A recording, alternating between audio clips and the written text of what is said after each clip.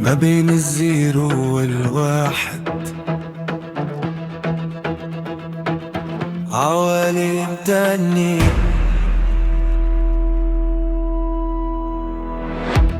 الوشوش شبه الوشوش، بس الحقيقة غياب.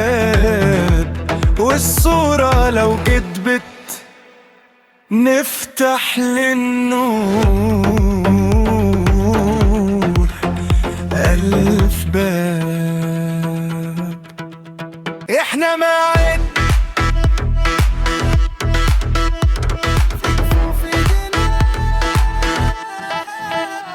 ميزان الحق في كفوف ايدينا، في زمن الزيف عقلنا سابق عينينا.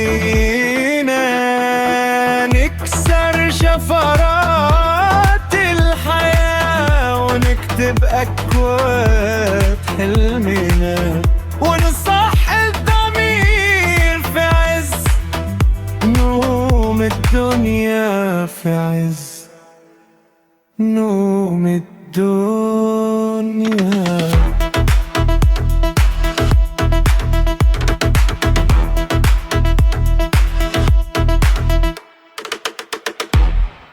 كده تقريبا كله جاهز، وانا كمان خلصت التصميمات. واقفة على اسم البراند، عايزين اسم يشد ويجيب رجل بسنت.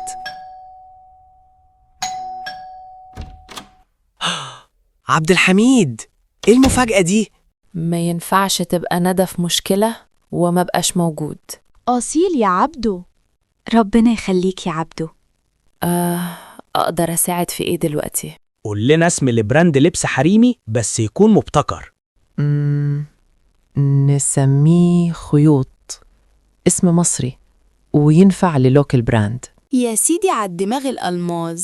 ها، نعتمد الاسم؟ يبقى نصمم اللوجو ونعمل إطلاق للموقع ولصفحة الإنستجرام، وأول لما نوصل ل50,000 متابع نبعت لبسنت. نعمل دور شاي محترم بقى. قلقانة على ندى قوي يا جاسر، بكلمها موبايلها مقفول، وبتصل على البيت ما بتردش. هذه مو أول مرة. ما تعرفين أختك يعني؟ عقلها في خبال وطيش. بفكر أنزل مصر اطمن عليها وأقعد معاها كم يوم. وبتخلين العيال وين؟ عندي ولا بتاخذينهم وياك وتضيعين الإجازة؟ بلاش خبال يا سارة.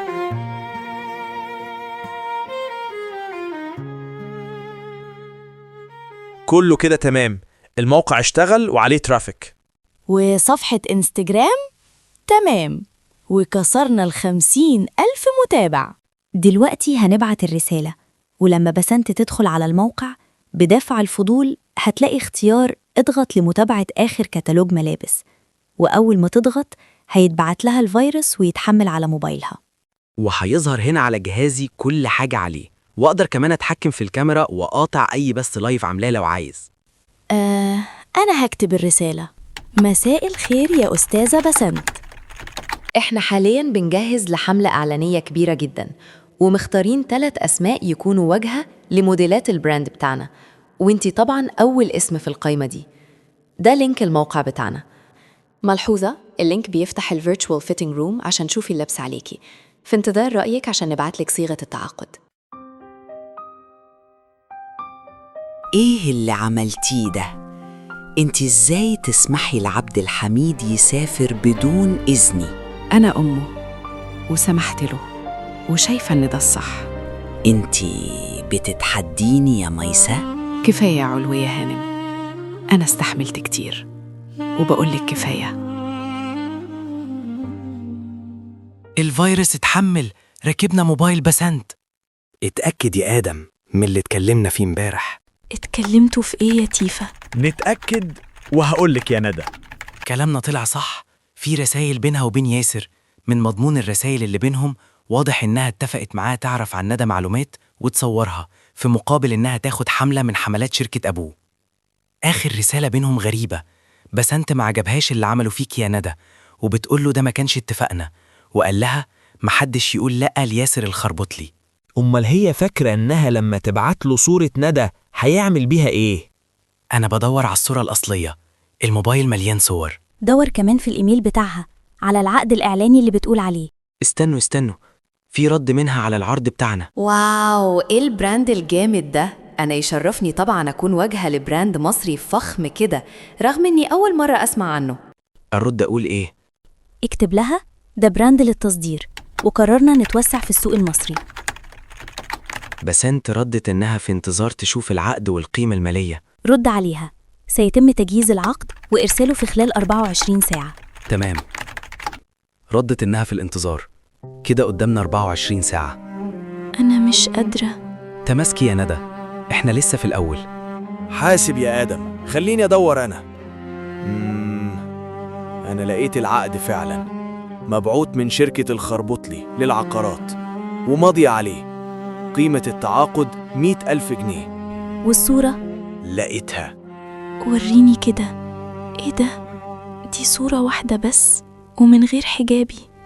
هو استخدم ال AI في التعديل على الصورة مع الاحتفاظ بالوش زي ما هو عموما في رسالة كمان بيقول لها تأجل الحملة بتاعت شركة أبوه. دلوقتي عرفنا مصدر الصورة وعرفنا مين اللي وراها. إيه خطتنا؟ لازم يترد لهم اللي عملوه ده، وخاصة ياسر.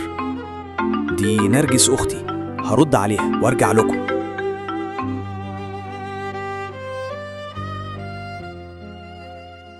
أيوة يا تيفا، عامل إيه يا أخويا؟ بخير يا نرجس، حصل حاجة؟ أبانوب ظهر تاني في البلد، المرة دي قلت أقول لك وهو لسه هنا قبل ما يختفي تاني. عفارم عليك يا نرجس، اديني درويش. أيوة يا تيفا. درويش ورحمة أبوك وأمك تنفذ اللي هطلبه منك ده، وفي السر.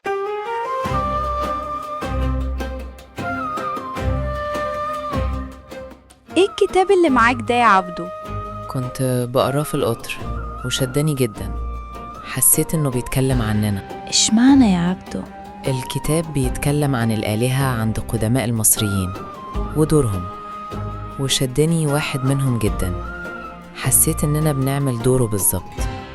مين ده يا عبدو؟ معت، وهي بتمثل الحق، العدالة، النظام. هي اللي كانت بتمنع الكون من إنه يتحول لفوضى، وده تقريبا اللي بنحاول نعمله. ها يا شباب، فاتني إيه؟ معت يا تيفا. موافقة جدا، إحنا من النهاردة ماعد القرن 21. ولو إني مش فاهم حاجة بس موافق جدا. آدم، تعالى ننزل نجيب غدا، مش هنجوع الشباب معانا، ها؟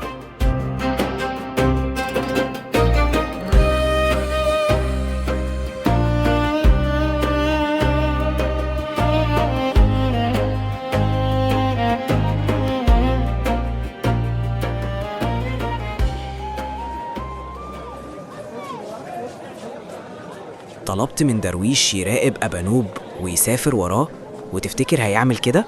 مش متأكد، بس ما كانش قدامي غير ده، أو إني أسافر ومضمنش برضو إن لما أوصل يكون لسه في البلد. وكمان ما ينفعش أسيب معد. هو الكلام كان على إيه؟ أنا ما فهمتش أي حاجة. عبده يا سيدي كان بيقرأ عن الآلهة عند قدماء المصريين، وشايف إننا شبه معد اللي بتمثل الحق والعدل قصاد الظلم والفوضى. الواد عبده ده طلع مش سهل ودماغه شغالة. طب يلا نلحق نجيب الأكل ونروح، ورانا خطط كتير.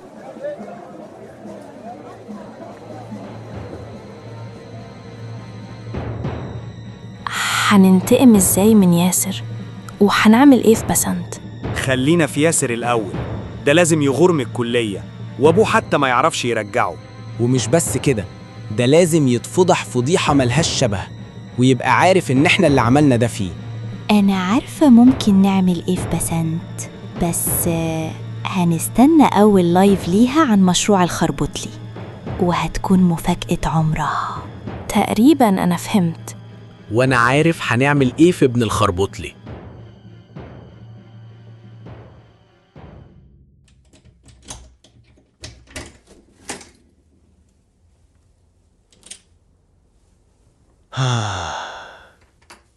كان يوم طويل النهاردة، بس فكرتك دي جبارة يا آدم. شقتك حلوة يا تيفا. شكرا إنك سمحت لي أبات معاكم. أهو كدبك ده اللي هيخلينا ننزلك تروح لوحدك في نصاص الليالي. بقى دي شقة حلوة؟ الله يسامحك. المهم، مستعد يا تيفا للي هنعمله؟ عيب عليك.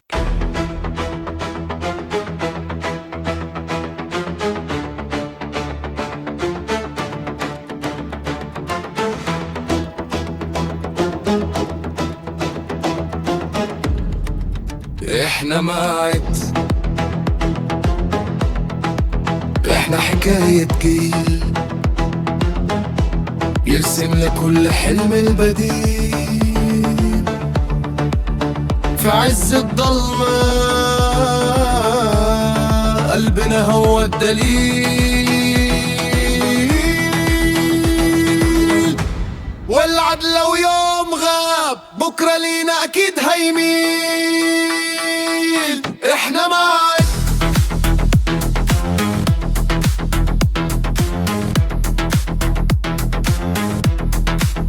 احنا معاك.